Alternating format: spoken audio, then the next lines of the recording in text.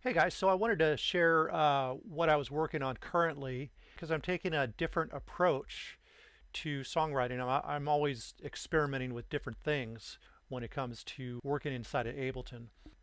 I don't like to get too comfortable with one technique because there's always so much to explore. So in this case, I was using Ableton as more like a tracking device. So I wasn't using any MIDI at all. I was just recording things in as audio. And to give you a little background, I just got a new keyboard, so it's got some built-in drums and a set of sounds and things like that. So I just wanted to kind of mess around with the sounds and the drums and different things and see what I could come up with, right off the bat. So I noticed a significant difference in the approach by standing up and playing the keys physically. Even though my playing wasn't always on time, that I was able to correct later. So basically what I'd do is I'd go through one sound at a time. For example, with the drums, I would just go and play kick drums for 5 minutes straight and just kind of get a rhythm going and then change all kinds of rhythms and just whatever came to mind. And I'd just be playing along to the metronome. So it kind of stayed somewhat on time. And I'd come back in and correct it.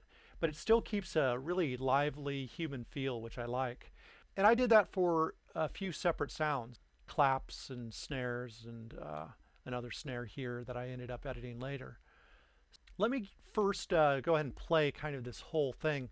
What it really did was help me build a song that was much less predictable and had a lot of incidentals, and you could create quite a dense sound by adding all these little details and all these imperfections.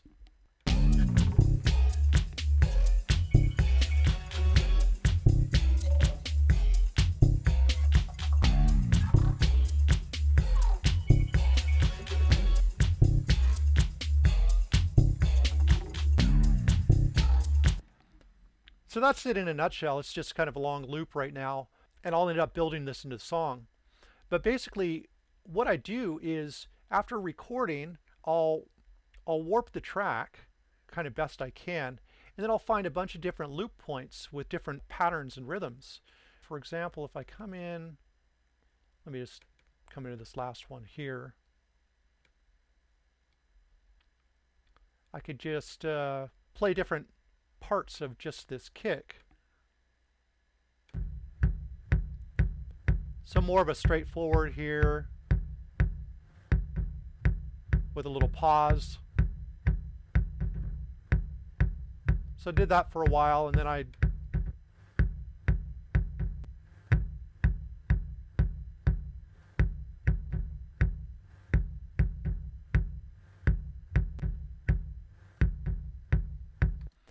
just kind of played whatever came to mind. I wasn't trying to do anything, but I knew that in the end it would give me a bunch of different drum options, and that's just for the kick. So when you do this type of thing with all your drums, you end up having an ability to put together a lot of really interesting drum parts without having to worry so much about programming things in MIDI or whatever. You're just kind of going with the groove, which is why I really recommend kind of getting a physical piece of equipment and playing on it, even if you're using a controller and controlling the sound inside your computer, and just record it to audio. So let me go through, I'll break this down a little bit, just play individual sounds so you kind of get an idea of what I did.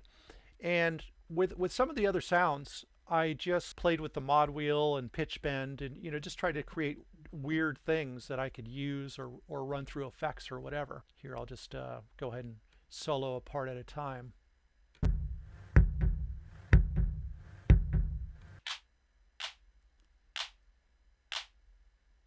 And there's some different snare parts here.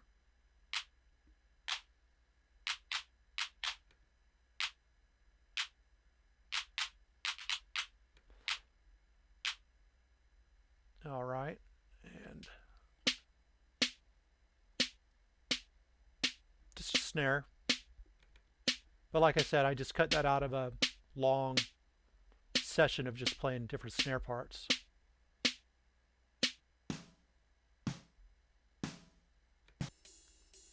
Okay, so this is a group of hi-hats. So all of these came from the same session, but I layered them together to create something more complex. So there's 1, 2, 3, and 4. And all played together, it sounds pretty cool.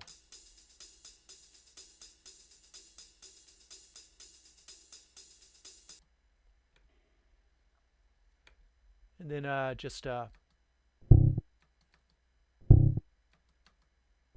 nothing special about that. The sub bass is the only thing that I added later with MIDI. So I just used an instrument from my master template. And that's, if you're wearing headphones, you'll be able to hear this. Cool. And moving on.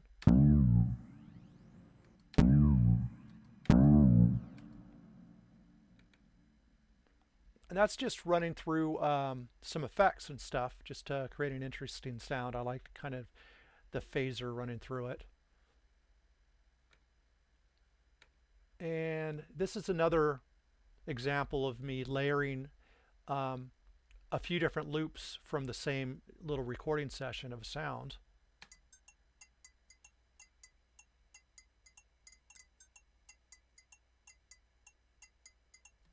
Which is just this sound here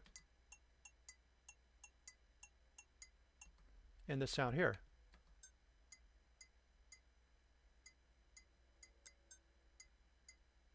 And because the timing's not perfect, it kind of creates this offness that I liked.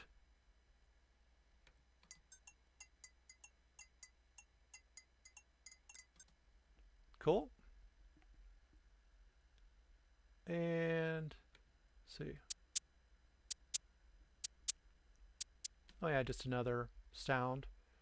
I didn't use this in the song yet, but it's just kind of another kick. Just a cool sound, so I might use it or might not. Percussion, I don't have really a loop here. This is just all the percussion that I recorded. So I'll go through and play around with this to work it into the song. Oh, and this here are just poorly played drum fills that I'll end up correcting, but I don't mind, I'll show you.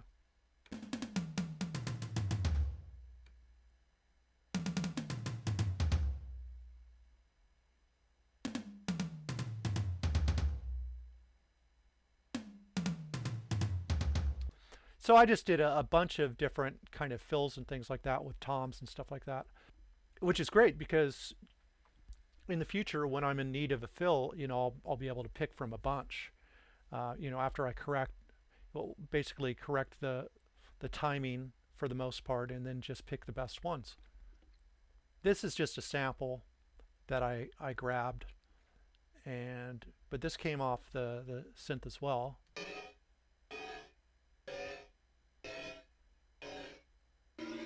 It was one long sound and I just cut it up. I'm not sure if maybe, yeah.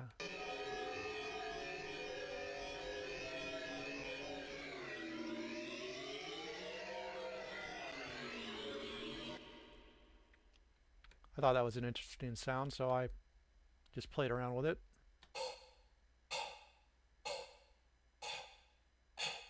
And that's just me breathing and running that through some effects. Nothing special, but it sounds pretty cool within the context of the song. Another rise and fall here.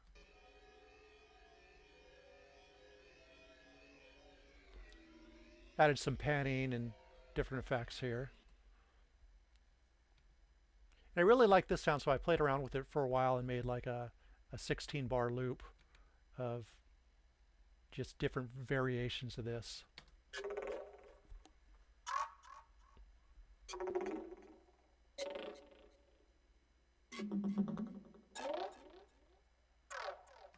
It's just those little sounds that you wonder where people get it from. And then probably, you know, they're just goofing around with sounds and then they cut out the good bits.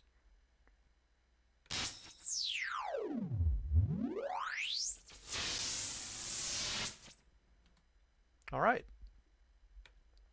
So that's all the stuff that I recorded what I would recommend to you if you're doing this is, if you're for drums and everything, you don't have to worry about it, but if you're trying to record melodies or things like that, what I would suggest if you're using a hardware synthesizer is create a MIDI track and create an audio track.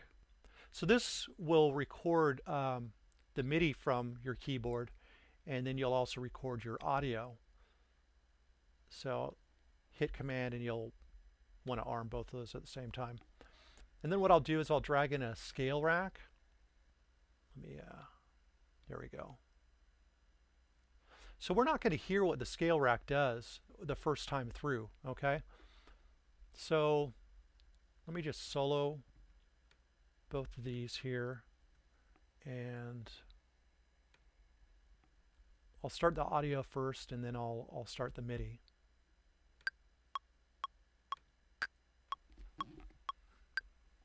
And then I'll just play in.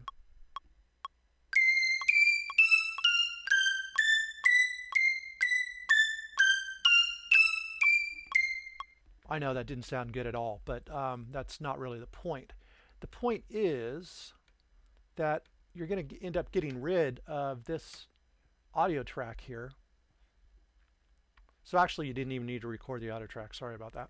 But you're going to use this MIDI now, and when you play it back, it's going to play that part in a correct key that you picked. I need to have that armed and this soloed. Sorry, I have to pick my output here, so I've got a USB MIDI cable.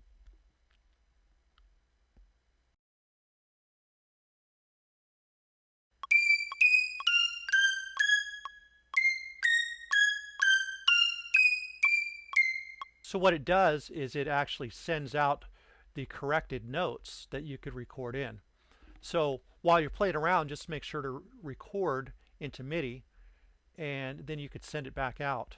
Or if you're using an internal synth, then you don't need to worry about that. You just drag in the scale instrument before the synth, and then whatever you play will be in the right key. So anyway, that's just a different approach that I'm experimenting with, and I'm having a lot of fun with it, and I hope it's something that you guys can try out too, as just another way to get inspired and to create something unexpected. So enjoy.